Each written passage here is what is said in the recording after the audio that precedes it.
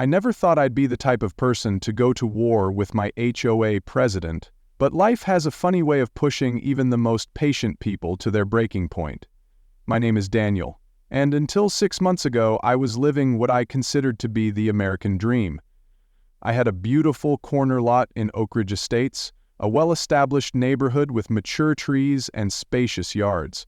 My property backed up to a small wooded area that added to my privacy and gave me a sense of peace after long days at my engineering firm. The first few years living here were perfect. The neighbors were friendly, the community pool was well maintained, and the annual block parties were something I actually looked forward to.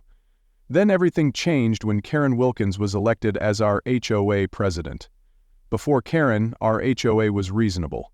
They ensured property values stayed high without micromanaging every aspect of our lives.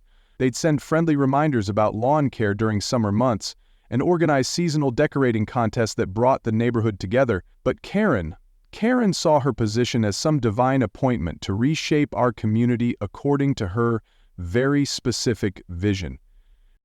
As president of the Oak Ridge Estates Homeowners Association, it is my responsibility to ensure our community remains the premier neighborhood in this county. Some changes may seem strict, but they're necessary to protect our property values and community standards. The first sign of trouble came when Karen implemented what she called her Community Beautification Initiative.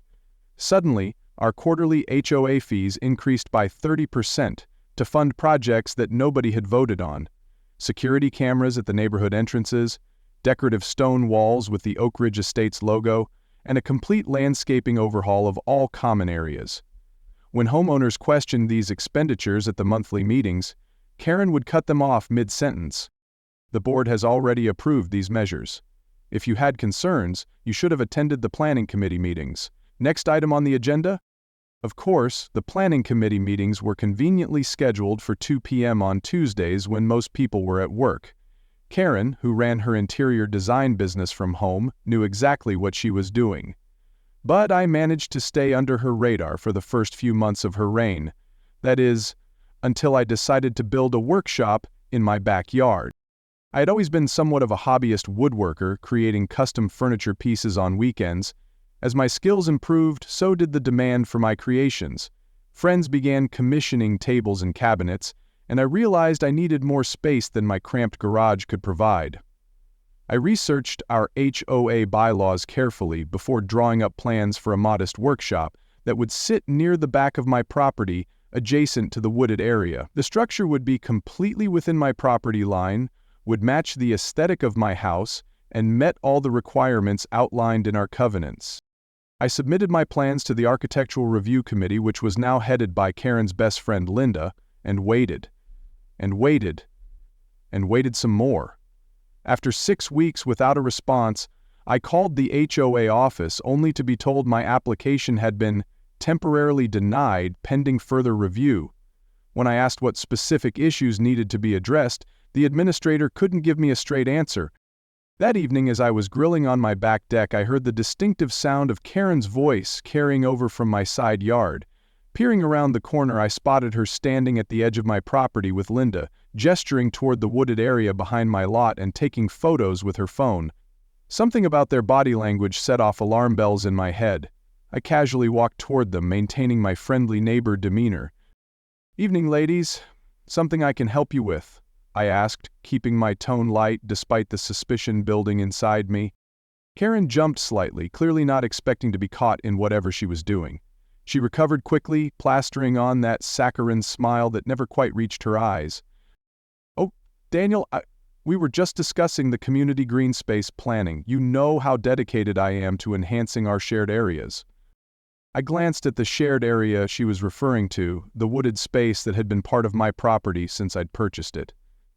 "Karen, that wooded area is actually part of my lot. It's included in my property survey and deed." Her smile didn't falter, but her eyes narrowed just slightly. "I'm afraid you're mistaken. According to the original development plans, that area is designated green space for the benefit of all Oak Ridge residents. Your actual property line ends about 15 feet before the tree line." I knew this was completely false. When I'd purchased my home, I'd been very thorough with the inspection and survey, specifically because I loved the private wooded area. But Karen spoke with such unwavering confidence that, for a brief moment, I questioned my own memory. "I have my property survey in my files. I'm happy to show you the documentation," I offered, maintaining my composure. "That won't be necessary. The HOA has the official records, and we'll be sending formal notification about the community landscaping project that will begin next month. We're installing a walking path through the green spaces, including this area. It's going to be lovely." With that, she and Linda turned and walked away, leaving me standing there with a growing sense of unease. That night, I dug out my property documents and confirmed what I already knew: the wooded area was unquestionably part of my lot. I even called my real estate attorney the next morning to double-check, and she confirmed that my property extended a full 20 feet into the wooded area from the visible tree line. 3 days later, I received an official letter from the HOA stating that my workshop application had been denied because it would encroach on community green space. The letter further stated that any structures or fencing must maintain a 35-foot setback from the community nature preserve, effectively reducing my usable backyard by about a quarter of its actual size. I wasn't going to take this lying down. I scheduled a meeting with Karen through the HOA office, bringing along my property survey deed and a letter from my attorney confirming my property boundaries. Karen kept me waiting for 45 minutes in the small HOA office before finally gracing me with her presence, designer handbag swinging from her arm as she breezed in without an apology for her tardiness. In Karen's voice, "I can only give you 15 minutes, Daniel. I have another appointment soon." I laid out my documentation on the table between us. "Karen, there seems to be some confusion about my property boundaries. As you can see from these official documents, the wooded area you're planning to put a walking path through is actually private property, my property." She barely glanced at the papers before pushing them back toward me. "These documents are outdated. The HOA has eminent domain rights within the community for improvement projects. The board voted unanimously to reclaim that green space for community use. It's all perfectly legal and outlined in the covenants you signed when you purchased your home." I knew this was complete nonsense. An HOA doesn't have eminent domain rights like a government entity. "I don't believe that's accurate, Karen. I've reviewed the covenants thoroughly, and there's nothing giving the HOA the right to claim private property.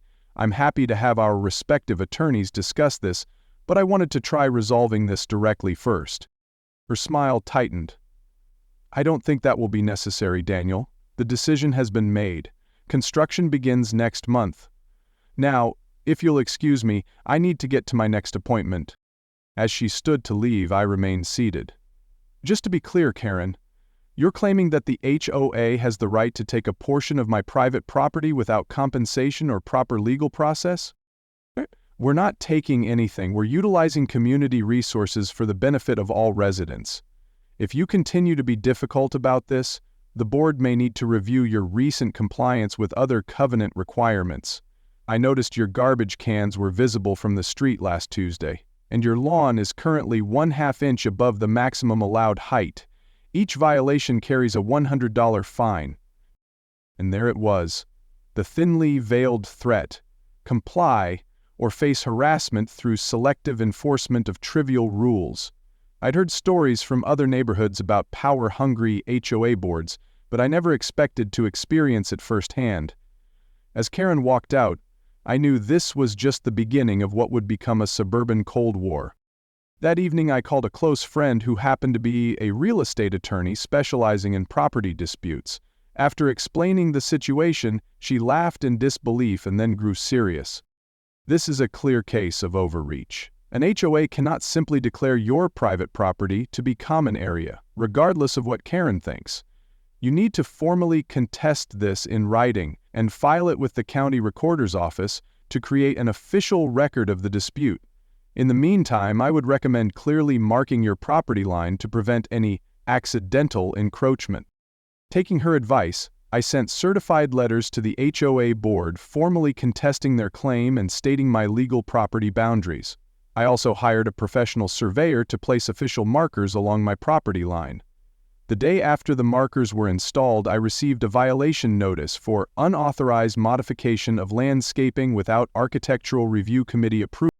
The notices continued to arrive. My mailbox was half an inch too low. The shade of white on my house trim didn't match the approved color palette. The bird feeder in my backyard was an unapproved outdoor structure. Each violation came with a $100 fine, and each time I contested it with documentation showing I was in compliance, another violation would appear a few days later. The situation escalated when I came home from work one evening to find landscapers in my backyard, clearing underbrush from my wooded area. I immediately called the police, who arrived and confirmed that the workers were indeed on my property without permission. The landscapers showed them a work order signed by Karen authorizing them to prepare the community green space for pathway installation. The officers asked the workers to leave but explained this was a civil matter that would need to be resolved between me and the HOA. As soon as the police left, I received a text message from my neighbor across the street, warning me that Karen was storming toward my house with Linda and another board member in tow. I met them at my front door before they could even ring the bell. Karen's face was flushed with anger as she thrust a piece of paper toward me. "You had no right to interfere with HOA business. Those workers were authorized by the board to prepare the green space. Your obstruction has cost the association valuable time and money, which will be added to your mounting fines." Unquote. I didn't take the paper. "Curran, the police have confirmed those workers were trespassing on my private property. I have the right to prevent unauthorized people from entering my land. If the HOA continues to attempt accessing my property without permission, I'll be forced to pursue legal action. This is community property, regardless of what your outdated survey says. The board has voted and we will proceed with the pathway project. If you continue to obstruct community improvements, we'll place a lien on your home for the violations and fines you've accrued. Don't test me on this, Daniel." That night I couldn't sleep. Karen's threats weren't idle. I'd heard stories of HOAs foreclosing on homes over unpaid fines and liens. While I knew she was overstepping her authority, fighting a legal battle would be expensive and time-consuming. I needed a more immediate solution to protect my property while the legal process played out. The next morning I called in sick to work and made two important phone calls. The first was to a security company that specialized in rapid deployment temporary fencing. The second was to my friend at City Hall who worked in the permits department. By noon, I had an emergency permit to erect a temporary security fence to protect my property during a boundary dispute. By 3 p.m., a crew was installing 6-foot chain-link fencing along my entire property line, with specific emphasis on the wooded area Karen was trying to claim. The fence was ugly but functional, and completely legal according to both city regulations and HOA bylaws regarding temporary security measures. Karen nearly had an aneurysm when she saw it going up. She came screeching down the street in her white Range Rover, parking half on my lawn as she jumped out, waving her arms frantically. "What do you think you're doing? Remove this monstrosity immediately. This fence was not approved by the Architectural Review Committee." I calmly handed her copies of the city permit and the section of the HOA bylaws regarding temporary security measures. "This is a temporary security fence to prevent further trespassing while our property dispute is resolved. It's fully compliant with city code and HOA regulations for emergency security installations. It will be removed once the HOA acknowledges my legal property boundaries." She snatched the papers from my hand and tore them in half. "This fence will be gone by tomorrow or you'll regret it. The board meeting is tonight and we'll be voting on immediate legal action against you for multiple covenant violations." I smiled pleasantly. "I look forward to attending the meeting and addressing the board with my attorney. We'll have some interesting evidence to present regarding selective enforcement and abuse of power." Karen's face paled slightly before she stormed back to her Range Rover, leaving tire marks on my lawn as she sped away. That evening, I attended the board meeting with my real estate attorney and a court reporter I'd hired to create an official transcript. Karen was visibly shocked when we walked in, but she quickly recovered and attempted to prevent the court reporter from recording the proceedings. My attorney calmly informed the board that Wisconsin law permitted recording of all public HOA meetings, and attempting to prevent it could result in legal consequences for the board members personally. The meeting proceeded with Karen constantly interrupting whenever I or my attorney tried to speak, but we managed to enter our evidence and objections into the official record. The next morning I woke up to the sound of chainsaws. Racing outside in my bathrobe, I found a tree removal service cutting down trees in my wooded area inside my temporary fence which had been cut open during the night. I immediately called 911, and when the police arrived, Karen was standing there directing the workers. This is HOA property, and we're preparing it for community use. Daniel is engaged in a frivolous boundary dispute to prevent community improvements. The responding officers thankfully took the situation seriously. When they asked Karen to produce documentation showing the HOA owned the property, she could only provide HOA meeting minutes where the board had voted to reclaim the green space. The officers compared this to my property deed and survey and determined that I had legitimate claim to the property. They ordered the tree service to cease operations and leave the premises. While the officers were still there, I pulled up security camera footage from cameras I'd installed after the fence went up. The video clearly showed Karen and her husband cutting through my fence at 5:30 a.m. and directing the tree service onto my property. The officers viewed the footage and then turned to Karen. "Ma'am, this video shows you trespassing and vandalizing private property. The property owner has the right to press charges." Karen's face went from smug to shocked in an instant. "That's ridiculous. As HOA president, I have the authority to access all community areas. This is just Daniel being difficult again." The officer shook his head. "Ma'am, an HOA president doesn't have the legal right to cut fences and enter private property, regardless of any internal HOA dispute. This is criminal trespassing and vandalism." As the reality of her situation sank in, Karen's demeanor completely changed. "This is all a misunderstanding. I truly believed this was community property based on the information provided to me by previous board members. I was just trying to improve our neighborhood." The officer wasn't buying it. "Ma'am, please turn around and place your hands behind your back." As the handcuffs clicked around Karen's wrists and the officer began reading her Miranda rights, her face contorted with disbelief and rage. "You can't arrest me. Do you know who I am? I'm the president of the Oak Ridge Estates Homeowners Association. This is outrageous. Daniel, you'll regret this. The board will foreclose on your house for this. Linda, call my attorney immediately."